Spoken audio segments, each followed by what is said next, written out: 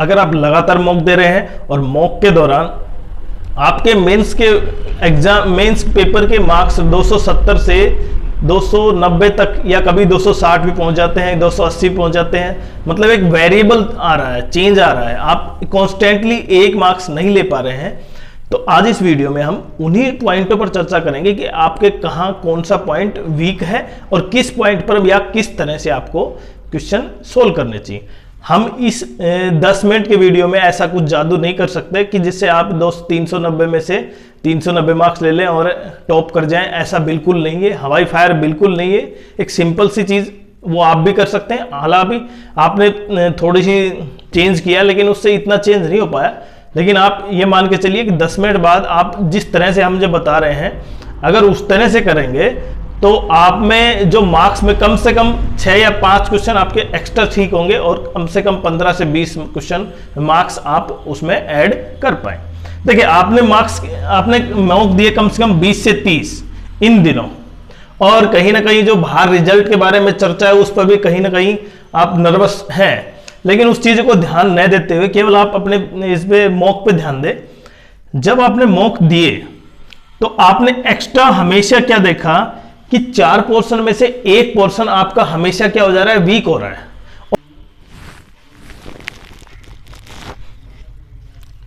जो आपने अच्छे अटेम्प्ट किए थे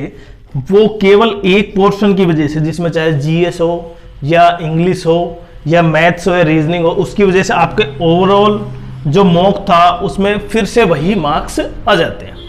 अब इसका सबसे बड़ा कारण क्या है, क्योंकि जैसे ही आप बाकी सब पोर्शनों को छोड़ते हुए एक पोर्शन में थोड़ा सा टफ आते हैं आप डिप कर जाते हैं मार्क्स। तो उसी स्ट्रेटजी को हम आज थोड़ा सा क्या करेंगे, वेरीफाई करेंगे, जिससे आप समझ पाए कि कहाँ गलती हो रही।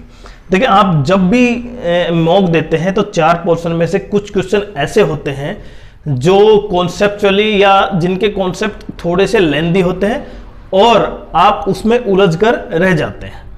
आपका पूरा अटेम्प्ट नहीं हो पाता है। तो सबसे बड़ा कारण क्या है कि आज हम सीखेंगे skip of art of skip, मतलब आप कैसे क्वेश्चनों को स्किप करें। देखिए जब भी आपके पहला पॉइंट कि कॉन्सेप्चुअल क्वेश्चन है जो आपको थोड़ा सा कम समझ में आ रहे हैं उनको क्या करें, स्किप करें। दूसरा जो लेंथी क्वेश्चन है, जिनकी क्वेश्चन काफी लेंथी है, आपको पढ़ने में टाइम लग सकता है, उन क्वेश्चनों को क्या करें आप बिल्कुल स्किप कर दें। तो ये 2 अगर आपने स्किप कर दिए तो बाकी आप जिन क्वेश्चनों की वजह से आप नर्वस थे वो क्या होता है, उसके मतलब जो आपकी टाइमिंग कंज्यूमिंग वो हट जाएगी। दूसरा जब आप इनको क्वेश्चनों को करते हैं, मॉक को देते हैं, तो आप इनको 25-25 मिनट में दें, सबको 25 मिनट्स में काउंट करके देखें, क्योंकि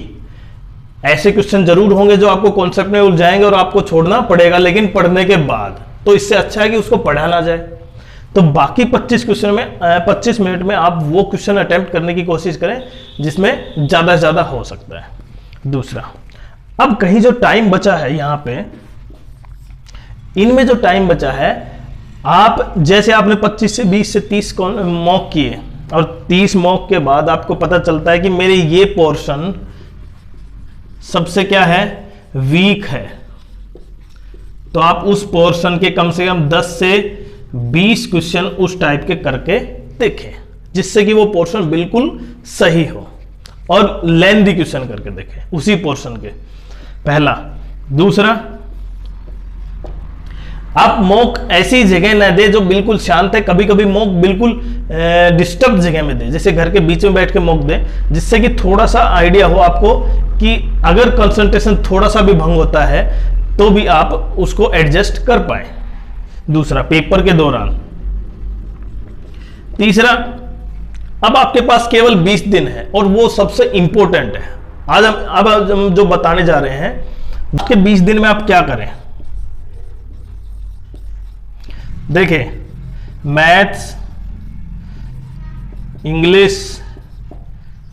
जीएस और रीजनिंग। देखिए, जीएस के 50, इंग्लिश के 50, मैथ के 20 से 30 कर सकते हैं, रीजनिंग के 20 से 30 कर सकते हैं। आप डेली मॉक न दें। अब मॉक तो आपने काफी दे लिया, अब आप इनके प्रैक्टिस करें, और जो क्वेश्चन आपको कॉन्सेप्चुअली हार्ड लग रहा है अब उसको थोड़ा सा क्या करें, उसको थोड़ा सा इलेबोरेट करें, उसको सही ढंग से समझें।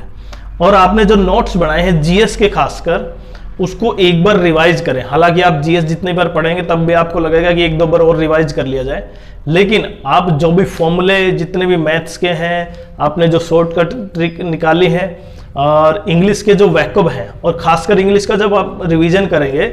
उस बुक को जो पढ़ेंगे, आपने जो नोट्स बनाए हैं वो पढ़ेंगे, उसमें कुछ ऐसे वर्ड होंगे, वैकेबलरी होगी, जिसको आप याद करने के बावजूद को पावर, वो जो लगभग 1.5 महीने 2 महीने पहले जो काफी अच्छी थी, अब बार बार करने के दौरान थोड़ा सा डाइवर्ट हो गए, तो कहीं ना कहीं वो भी बहुत स्पीड से रीडिंग हो, जिससे कंप्रिहेंशन आप अच्छे ढंग से कर पाए और लगभग 330 तक आप पहुंच पाए।